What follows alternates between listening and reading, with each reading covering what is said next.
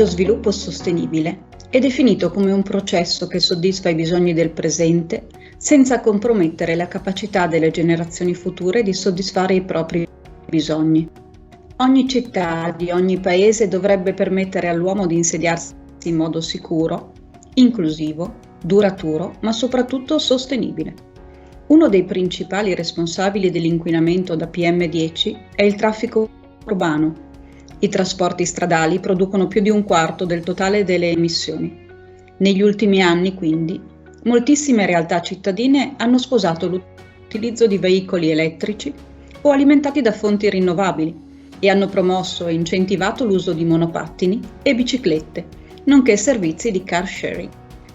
Secondo un'indagine svolta dalla nostra università, sempre più persone scelgono di spostarsi a piedi o in bici anziché prendere l'automobile o l'autobus. E noi cosa possiamo fare in concreto? Prediligere i mezzi di trasporto pubblico a basso impatto ambientale, meno inquinanti delle automobili e che massimizzano tempo e risorse. Sostenere servizi di mobilità in condivisione. Oggi ci sono nuove iniziative che mettono a disposizione dei cittadini mezzi di trasporto a tariffe bassissime per incentivare la mobilità sostenibile. Scegliere di spostarsi a piedi o in bicicletta o monopattino laddove si debbano percorrere distanze brevi. Ne gioverà la propria salute e l'area cittadina. Per approfondire questa e altre tematiche sulla sostenibilità, iscriviti al corso di base sullo sviluppo sostenibile di UniUT.